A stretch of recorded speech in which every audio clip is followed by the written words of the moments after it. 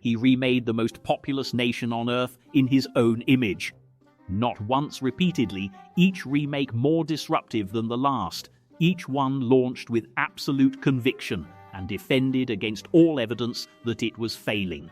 By the time Mao Zedong died in 1976, he had governed China for 27 years, outlasted every rival, survived every crisis, and presided over policies that scholars estimate cost between 40 and 80 million lives.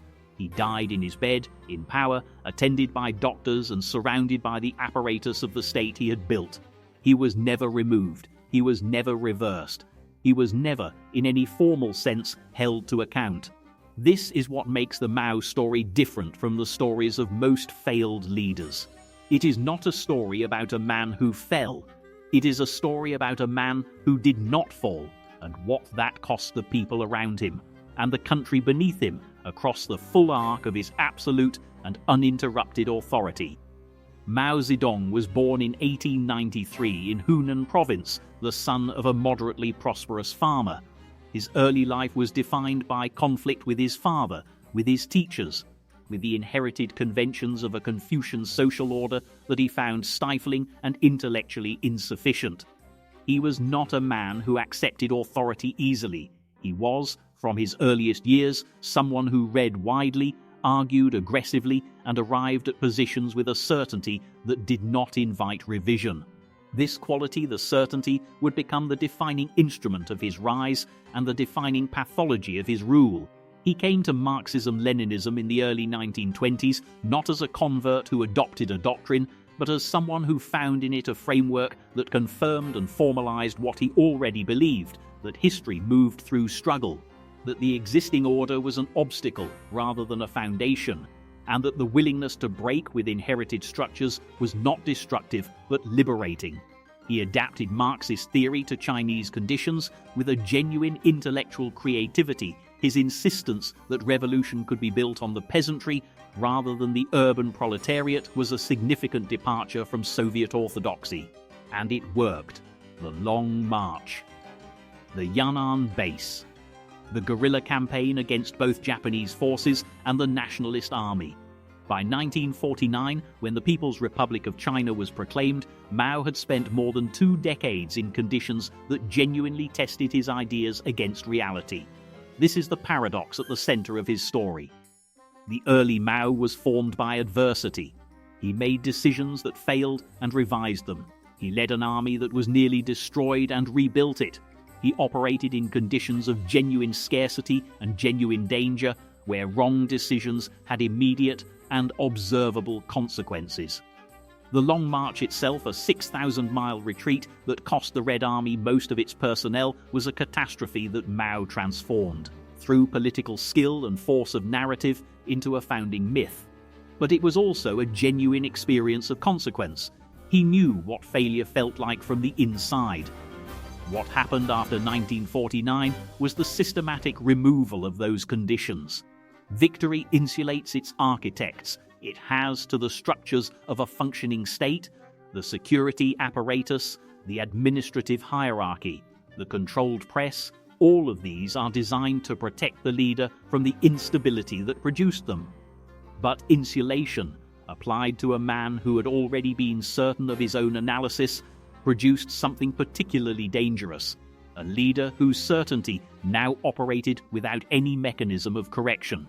The early signs were visible in the anti-rightist campaign of 1957.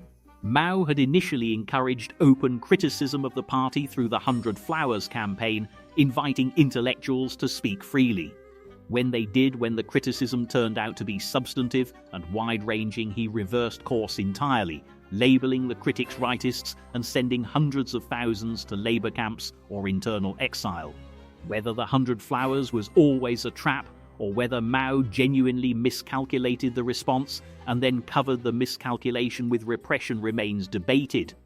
What is not debated is the effect. After 1957, the Chinese intellectual class understood clearly that honest criticism of the party's direction was not merely unwelcome, but dangerous. The information environment around Mao had been structurally altered, not by accident, by the demonstrated consequences of honesty. Into this altered environment came the Great Leap Forward. Launched in 1958, the Great Leap Forward was Mao's attempt to transform China from an agrarian economy into an industrial power through the sheer force of mass mobilization, to compress decades of development into years through the collective will of the Chinese people, organized into communes, directed by the party, and animated by revolutionary enthusiasm.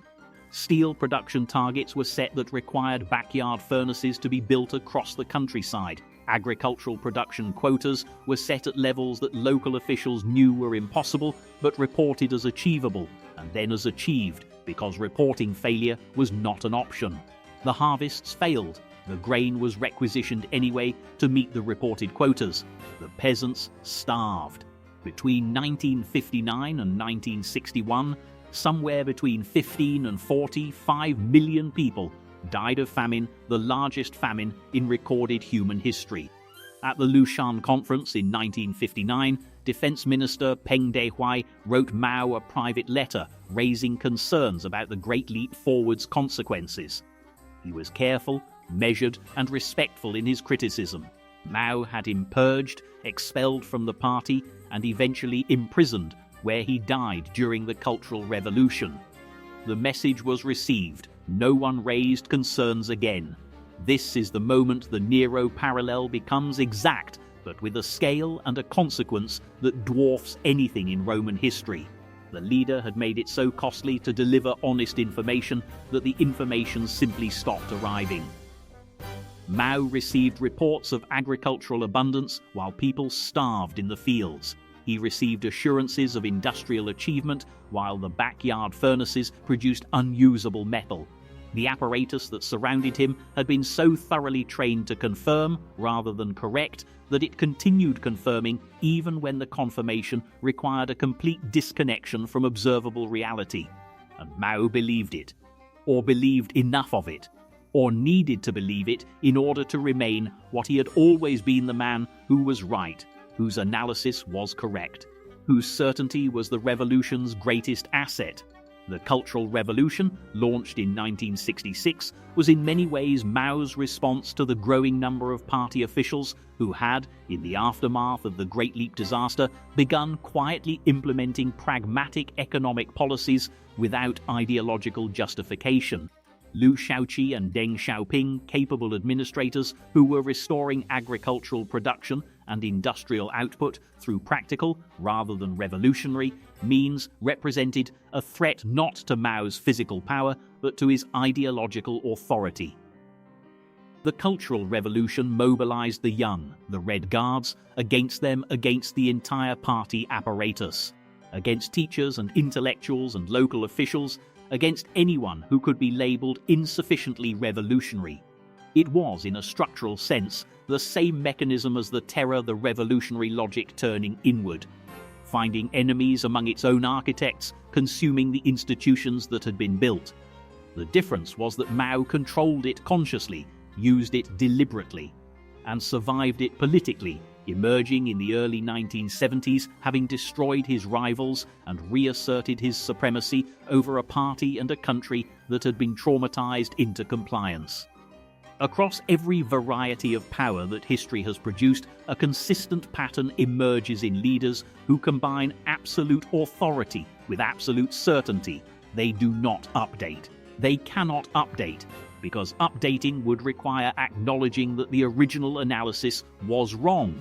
And the original analysis is not merely a policy position, it is the foundation of the identity, the source of the legitimacy, the reason the authority exists.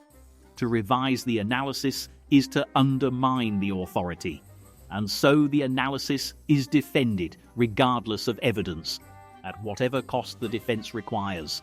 Mao Zedong was not a man without intelligence. He was a man whose intelligence operated inside a closed system, a system that he had spent decades constructing, that rewarded confirmation and punished correction, that had made the honest assessment of his policies not merely difficult but lethal. Inside that system, certainty was not a flaw. It was the system's primary product.